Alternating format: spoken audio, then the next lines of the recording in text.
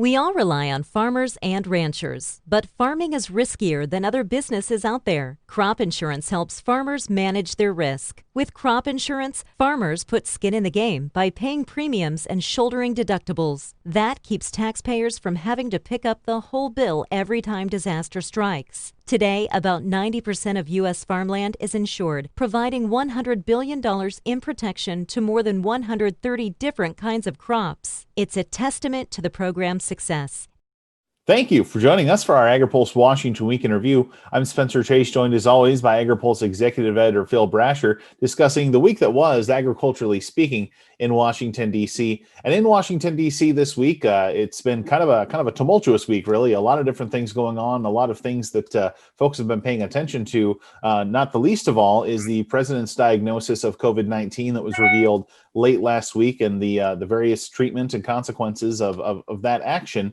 And one of which was on Tuesday, earlier this week, the president tweeted out that he was not satisfied with the state of coronavirus negotiations, or coronavirus relief negotiations, I should say, and that the administration planned to walk away. And we've seen some various forms of reaction from House Speaker Nancy Pelosi and other Democrats. But Phil, it's a bit of an interesting campaign strategy if that's part of what's at play here for the president to walk away from these negotiations that could send out relief to folks, ahead of the election.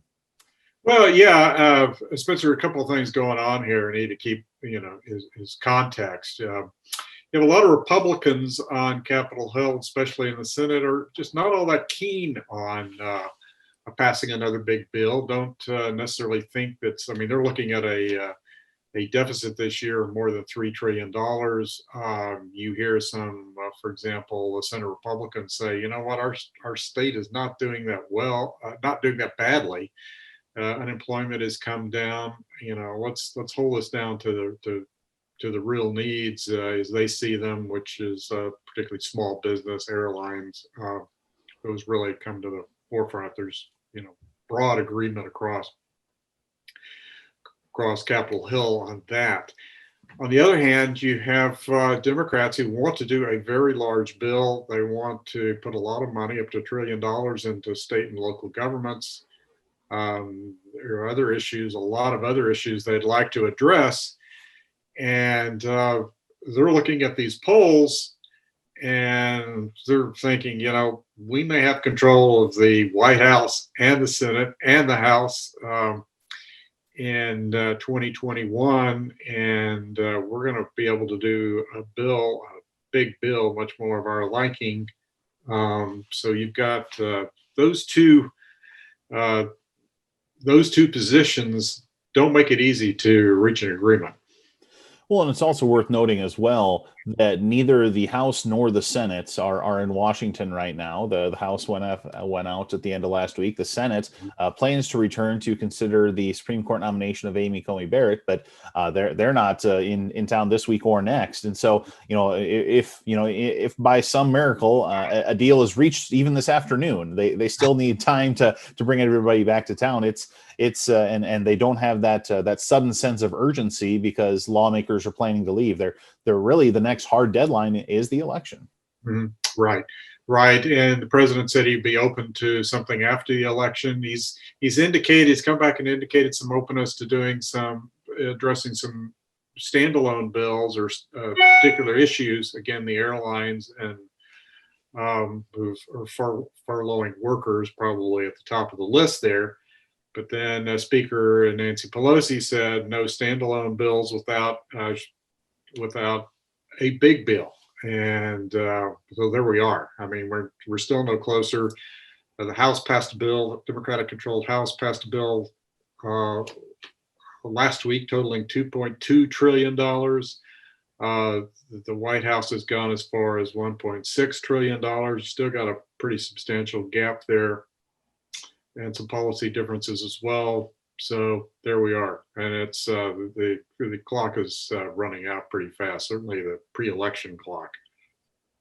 And it's important to note in the grand scheme of agriculture policy, a couple of important factors at play here as well. Obviously, the biofuel industry looking for some relief that they have not gotten up until this point. Producers looking for assistance for depopulated hogs as a result of coronavirus shutting down some of these packing plants. Things like looking to expand some of the smaller to medium-sized production capacity within packing plants. So obviously, airlines are the headline issue economy writ large, but there are still some ag provisions at play and some things that we're watching here as these negotiations continue to unfold or not unfold, depending on your perspective. Yeah, a long list of those things in the House bill, and also to some extent authorized by a bill that Senate Republicans brought out. So very much in play if we got to a big deal. Mm-hmm. So we'll be sure to keep an eye on that and keep you all up to date if we hear anything new on the subject. But want to pivot to something else here before we let you go, and that is of course the ongoing, the lingering stare down between the United States and China. Received some attention this week at the vice presidential debates. Kamala Harris, the candidate for Joe Biden, and Vice President Mike Pence, obviously the vice presidential candidate for the Trump administration, squaring off on that and many other subjects, with Harris being very critical of the Trump administration stance and Pence being critical of, I suppose, the Obama administration's lack of a stance on China. Phil? Yeah, this is going to be an issue that whoever is president in January is going to face. What to do about China coming out of this trade war? How do we go forward?